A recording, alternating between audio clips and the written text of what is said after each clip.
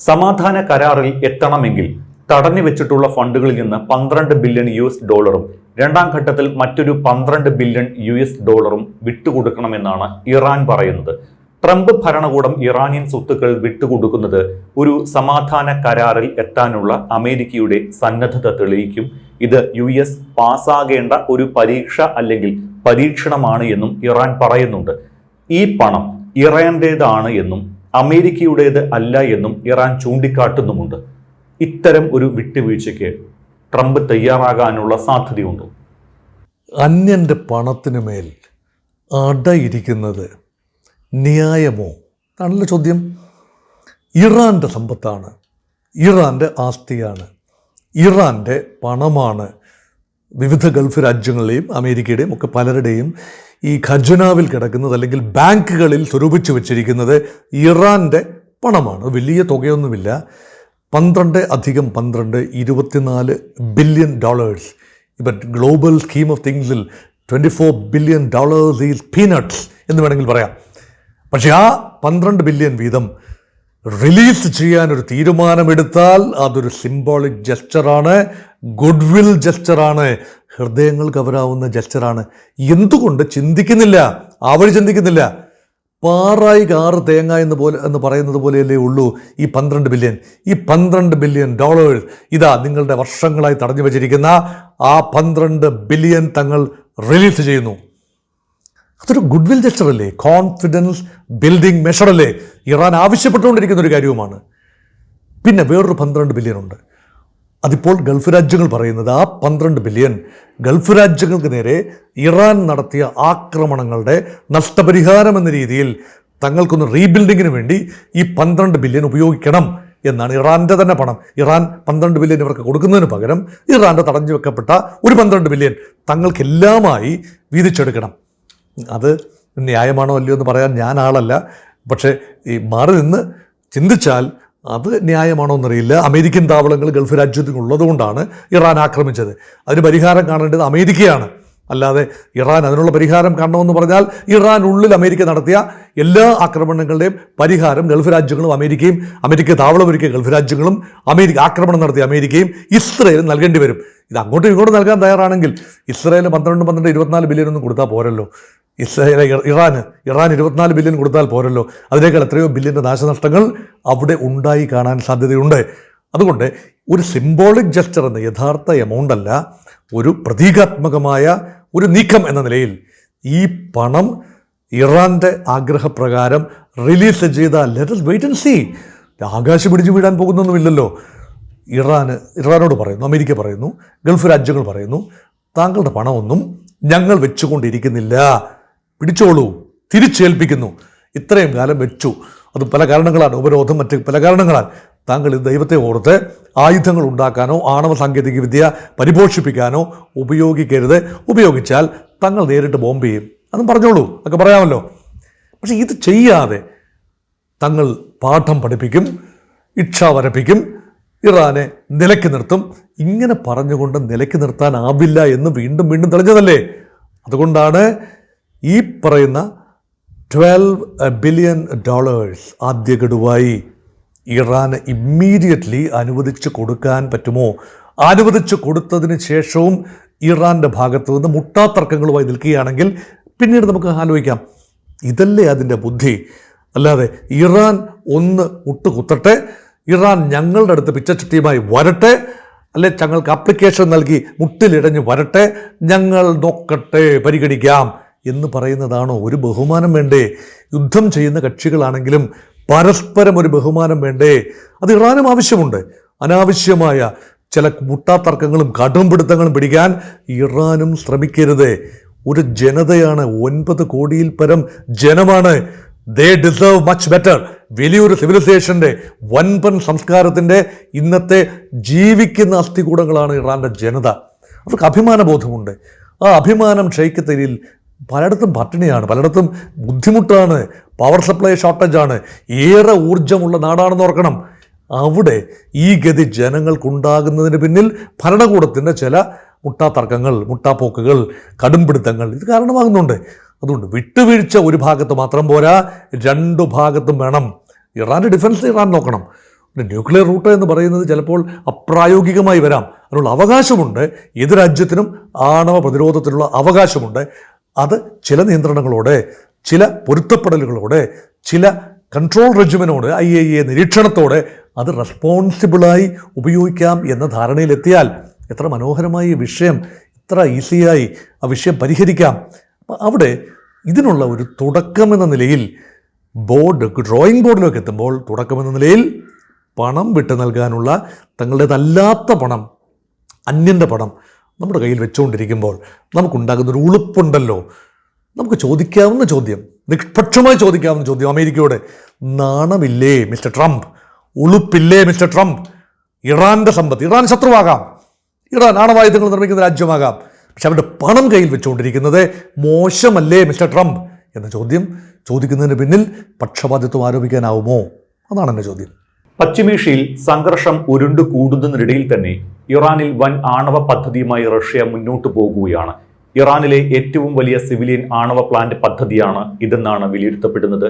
ഇതിൽ നിന്ന് പിന്നോട്ടില്ല എന്ന് റഷ്യ ആവർത്തിച്ച് വ്യക്തമാക്കിയിട്ടുമുണ്ട്. 2500 കോടി ഡോളർ ചെലവാക്കിയുള്ള വമ്പൻ പ്രൊജക്ട് ഇറാനിൽ ആരംഭിക്കുമ്പോൾ ഈ മേഖലയിൽ സമാധാനം പുനഃസ്ഥാപിക്കേണ്ടത് അത്യാവശ്യമാണ്. അപ്പോൾ ഇറാനും അമേരിക്കയ്ക്കും ഗൾഫ് രാഷ്ട്രങ്ങൾക്കും ഇടയിൽ സമാധാനം എന്നത് ഏറ്റവും ആവശ്യം റഷ്യക്ക് തന്നെയല്ലേ? അതുകൊണ്ടാണോ സമ്പുഷ്ടീകരിച്ച ഈ യുറേനിയം ഇറാൻ കൈമാറിയാൽ അത് സ്വീകരിക്കാമെന്ന് റഷ്യ പറയുന്നത്? Russian president Vladimir Putin is waiting in the wings. കലക്ക വെള്ളത്തിൽ മീൻ പിടിക്കാൻ ശ്രമിക്കുകയാണോ മിസ്റ്റർ പുടിൻ? അതോ ജനുവിനായി തങ്ങളുടെ എക്കാലത്തെയും നല്ല ചങ്ങാതിയായ ഇറാനെ ഈ ഒരു അന്തരാള ഘട്ടത്തിൽ ഒരു കൈത്താങ് നൽകി സഹായിക്കുകയാണോ? ഇവിടെ പറഞ്ഞു വരുന്നത് 2500 കോടി അമേരിക്കൻ ഡോളേഴ്സ് അത്രയ്ക്ക് പണം മുടക്കി ആണവ നിലയം, എന്താണ്, വിദ്യുത് ശക്തി ഉൽപ്പാദനത്തിനുള്ള, പവർ ജനറേഷനുള്ള ആണവ നിലയം ഇറാനിൽ സ്ഥാപിക്കുക. അപ്പോൾ ഇതിനെ നമ്മൾ കൗതുകത്തോടെ, ഞാനതിനെ വളരെ കൗതുകത്തോടെ തന്നെയാണ് കാണുന്നത്. ഇറാൻ എന്തിനാണ് ഈ വിദ്യുത് ശക്തിക്ക് വേണ്ടി ആണവ വിദ്യ ഉപയോഗിക്കുന്നത്? ആവശ്യത്തിലധികം ഈ എണ്ണയും പ്രകൃതിവാതകവും ഉണ്ടല്ലോ, അതല്ലേ സ്വാഭാവികം. ഇറാനെ സംബന്ധിച്ചിടത്തോളം സ്വാഭാവികം. ഇന്ത്യക്ക് ആണവ റിയാക്ടേഴ്സ് ഉണ്ടെങ്കിൽ നല്ലതാണ്.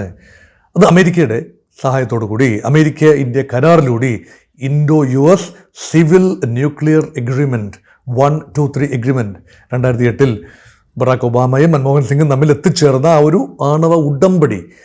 അപ്പം പിന്നെ ന്യൂക്ലിയർ സപ്ലൈസ് ഗ്രൂപ്പിൻ്റെ ഭാഗത്തു നിന്ന് കുറച്ച് ആണവ ഇന്ധനം ഇന്ത്യയിൽ എത്തിക്കാനുള്ള നടപടികൾ, അതുപോലെ നമ്മുടെ ആണവ റിയാക്ടേഴ്സിന് മേൽ, അതായത് 24 റിയാക്ടേഴ്സിൽ 16 റിയാക്ടേഴ്സിൻ്റെ മേലും പിന്നെ അതെല്ലാം തന്നെ സിവിൽ ന്യൂക്ലിയർ എനർജിയുടെ ഉൽപ്പാദനത്തിന് വേണ്ടി ഉപയോഗിക്കുകയും ചില കാര്യങ്ങൾ മാത്രം ആണവ ആയുധ നിർമ്മാണത്തിന് വേണ്ടി രഹസ്യമായി ഇന്ത്യക്ക് സൂക്ഷിക്കുകയും ഒക്കെ ചെയ്യാവുന്ന, മറ്റിടങ്ങളിലെല്ലാം IAEA ഇൻസ്പെക്ഷൻ. ഇതൊക്കെ ഇന്ത്യയെ സംബന്ധിച്ചിടത്തോളം ന്യായമാണ്. നമുക്ക് ഡീസലും കെറസിനും പെട്രോളും ഒക്കെ ദുർലഭമാണ്, ഇറക്കുമതി ചെയ്യേണ്ടതാണ്. അതുകൊണ്ട് ആണവ ഇന്ധനം വിദ്യുത് ശക്തിക്ക് വേണ്ടി, ഊർജത്തിന് വേണ്ടി ഉപയോഗിക്കുന്നത് ന്യായമാണ്. ഇറാന് ആ ന്യായം പറയാനാവുമോ? റഷ്യക്ക് ആണവ സാങ്കേതിക വിദ്യയുണ്ട്, ഊർജ്ജോൽപാദനത്തിനുള്ള സാങ്കേതിക വിദ്യയുണ്ട്. അത് ഇറാന് നൽകുന്നതിൽ തെറ്റില്ല. ഇറാനിൽ ഊർജ്ജ പ്രതിസന്ധി ഉണ്ട് കേട്ടോ, ഇത്ര എണ്ണ ഉണ്ടെങ്കിലും ഊർജ്ജ പ്രതിസന്ധി ഉണ്ട് കേട്ടോ, അതും കൂടി ഗൗരവമായി പരിഗണിക്കേണ്ടതാണ്. പക്ഷേ ഇവിടെ 2500 കോടി ഡോളറിൻ്റെ ഒരു സഹായം നൽകുമ്പോൾ തങ്ങൾക്കാവുന്നത് തങ്ങൾ ചെയ്തു എന്നാണോ റഷ്യ ചിന്തിക്കുന്നത്? അതോ തങ്ങൾക്കും കൂടെ ഒരു സ്റ്റേക്ക് അവിടെ കിടക്കട്ടെ? ഇന്ത്യ ചബഹാർ പോർട്ട് ഇറാൻ്റെ തെക്ക് ഭാഗത്ത് വികസിപ്പിച്ചെടുത്തത് എന്തിനാണ്?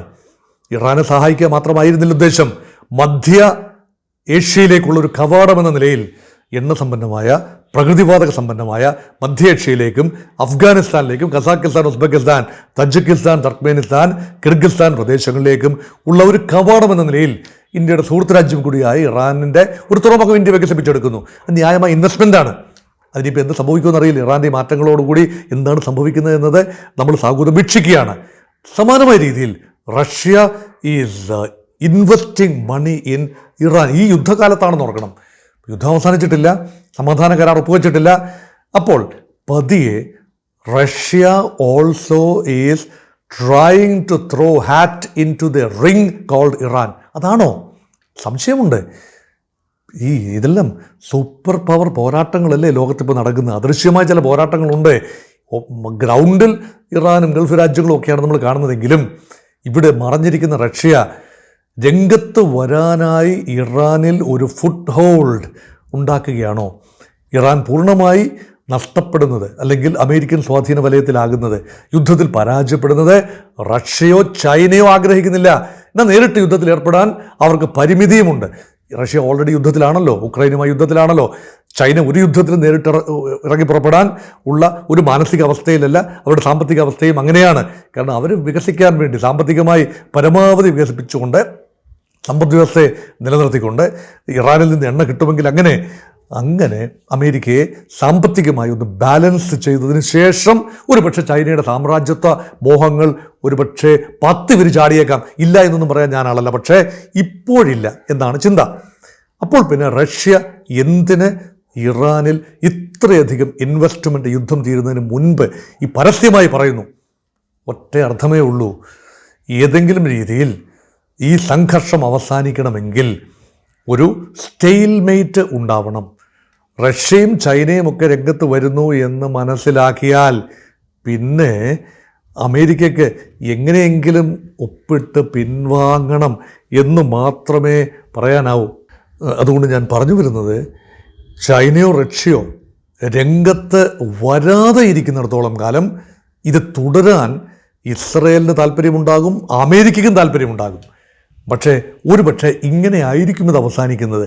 ഈ അവസാനിക്കുന്നതിൻ്റെ ഒരു സൂചന കൂടുതൽ exposure, Chinese Russian exposure in Iran പല രൂപത്തിൽ, ഇൻവെസ്റ്റ്മെൻറ്റ് രൂപത്തിൽ, മറ്റെന്തെങ്കിലും രൂപത്തിൽ വന്നാൽ ഒരുപക്ഷെ വേറെ നിവൃത്തിയില്ല, ഒരു ഡീലിലേക്ക് നീങ്ങാൻ അമേരിക്ക കമ്പൽഡ് ആകും, ഇസ്രയേൽ അംഗീകരിക്കേണ്ടിയും വരും.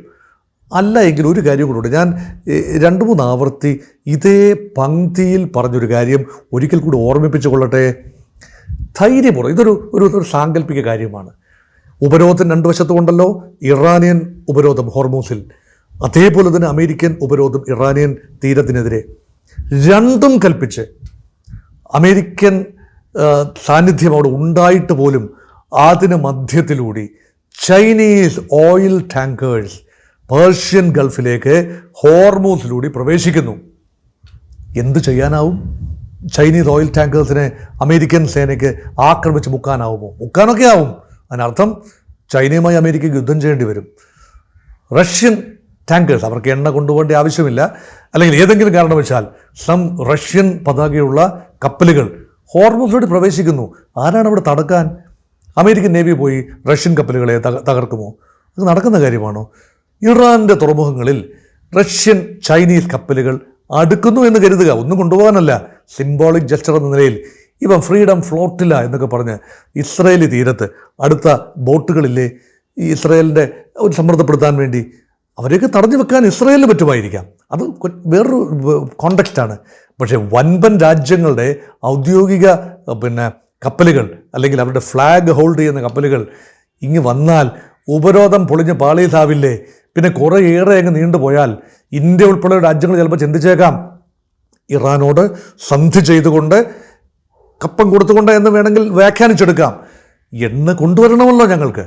എണ്ണ കൊണ്ടുവരാൻ തീരുമാനിച്ചാൽ ഇന്ത്യൻ എണ്ണക്കപ്പലുകളെ അമേരിക്ക ആക്രമിച്ച് മുക്കുമോ? ഇതൊന്നും അത്ര നടപ്പാകുന്ന കാര്യം. കുറച്ച് കാലത്തേക്കൊക്കെ ഈ ഗുണ്ടായിസം നടപ്പാകും. എക്കാലത്തേക്കും ലോകത്തെ മുഴുവൻ ഈ ഗൺ പോയിന്റ് നിർത്തിക്കൊണ്ട് ബാബൽ മന്ദേബ് അങ്ങ് അടച്ചുകളയും, ഹോർമൂസ് പെർമനൻ്റായി ഉപരോധത്തിൽപ്പെടുത്തും എന്ന് ഇറാൻ പറഞ്ഞാലും അമേരിക്ക പറഞ്ഞാലും അത് അങ്ങനെ അങ്ങ് വിലപ്പോകണമെന്നൊന്നുമില്ല. അതുകൊണ്ടാണ് ഒരുപക്ഷെ ഈ നേരെ പോകുന്നുള്ള രീതിയിൽ ഇറാനും അമേരിക്കയും തമ്മിൽ ചർച്ച ചെയ്ത് ധാരണയിലാവുകയും ഗൾഫ് രാജ്യങ്ങൾക്ക് ആശ്വസിക്കുകയും ചെയ്യാവുന്ന നില മാറിയാൽ ഒരുപക്ഷെ റഷ്യയോ ചൈനയോ യുദ്ധത്തിലൊന്നുമല്ല പങ്കെടുക്കുന്നത്. യുദ്ധത്തിന് പകരം ഇങ്ങനെ ചില മാർഗത്തിലൂടെ ഇൻവെസ്റ്റ്മെൻറ്റ്, റഷ്യക്ക് പറയാം, ഞങ്ങൾക്ക് അവിടെ ഊർജ്ജ ഇൻവെസ്റ്റ്മെൻ്റ് ഉണ്ട്, ഞങ്ങളുടെ കേന്ദ്രങ്ങളെ ആക്രമിക്കരുത്, ഏതെങ്കിലും രീതിയിൽ ഇറാനെ ആക്രമിച്ചാൽ ഞങ്ങൾ ഇടപെടും, ഞങ്ങളുടെ ഇൻട്രസ്റ്റ് അവിടെ ഇൻവോൾവ് ആണ് എന്ന് റഷ്യക്ക് പറയാനുള്ള സാഹചര്യമാണോ പുടിൻ ഒതുക്കുന്നത്? അതോ അമേരിക്ക മാത്രം അങ്ങ് വിളങ്ങണ്ട, ഞങ്ങളും ഇവിടെയൊക്കെ ഉണ്ട് എന്ന് ഒരുതരം ഊച്ചാളിത്തരമുണ്ടല്ലോ പച്ച മലയാളത്തിൽ പറഞ്ഞാൽ, അതാണോ റഷ്യ പയറ്റുന്നത്? അത് നമുക്ക് പൊരുൾ തിരിച്ച് മനസ്സിലാക്കണമെങ്കിൽ കുറെ കൂടെ വെയിറ്റ് ചെയ്യണം. ഇപ്പോൾ ആ റിപ്പോർട്ട് വന്നതിൻ്റെ അടിസ്ഥാനത്തിൽ അതിനെ ഒന്ന് വിശകലനം ചെയ്തു എന്ന് മാത്രം. 2500 കോടി ഡോളറിൻ്റെ റഷ്യൻ നിക്ഷേപം വരുന്നു എന്നതിനെ വായിച്ചെടുക്കുന്നത് ഈ രീതിയിലാണ് എന്ന് മാത്രം. Thank you.